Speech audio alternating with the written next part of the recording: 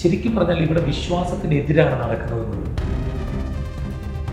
ഈ കുട്ടികളുടെ കല്യാണം നടക്കാതിരിക്കലാണ് നടക്കുന്നത്, ഒരാളെ വീട് വെക്കാൻ അനുവദിക്കാതിരിക്കലാണ് നടക്കുന്നത് മുഴുവൻ. നിങ്ങളൊരു പെൺകുട്ടി കല്യാണം കഴിക്കാതെ നിൽക്കുന്നതിനെയാണോ സപ്പോർട്ട് ചെയ്യുന്നത്, കല്യാണം കഴിക്കുന്നതിനെയാണോ സപ്പോർട്ട് ചെയ്യുന്നതെന്ന് ചോദിച്ചാൽ എല്ലാവരും കല്യാണം കഴിക്കുന്നതിനെയാണെന്നാണ് പറയുന്നത്. പക്ഷെ അതിനുവേണ്ടിയാണ് ഈ പൊരുത്തം നോക്കുന്നത്. ഇത് ഈ വിവാഹം കഴിഞ്ഞിട്ട് കുറേ നാൾ ജീവിച്ചിട്ടൊക്കെ വേറെ ആവശ്യത്തിന് പോകുമ്പോൾ ഈ ചില ജ്യോതിഷികൾ, ഞാൻ എല്ലാവരും പറയുന്നില്ല, ഇതെങ്ങനെ നിങ്ങൾ കല്യാണം കഴിച്ച് ജീവിക്കുന്നു, ഇത് വലിയ പ്രശ്നമാണല്ലോ, ഇത് ഒട്ടും യോജിക്കത്തില്ലല്ലോ എന്ന് പറഞ്ഞാൽ പിറ്റേ ദിവസം പോലെ അടി തുടങ്ങും.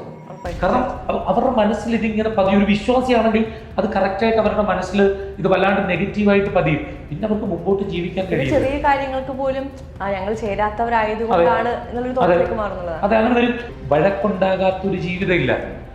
എല്ലാ ജീവിതത്തിലും, കുടുംബ ജീവിതങ്ങളിൽ അച്ഛനും അമ്മയും വഴക്കുണ്ടാവും, മക്കളും അമ്മയും വഴക്കുണ്ടാവും, മക്കളും അച്ഛനും വഴക്കുണ്ടാവും. ഒന്നിച്ചൊരു കുടുംബത്തിലൊരു വീട്ടിൽ താമസിക്കുമ്പോൾ 100% വഴക്കുണ്ടാവും.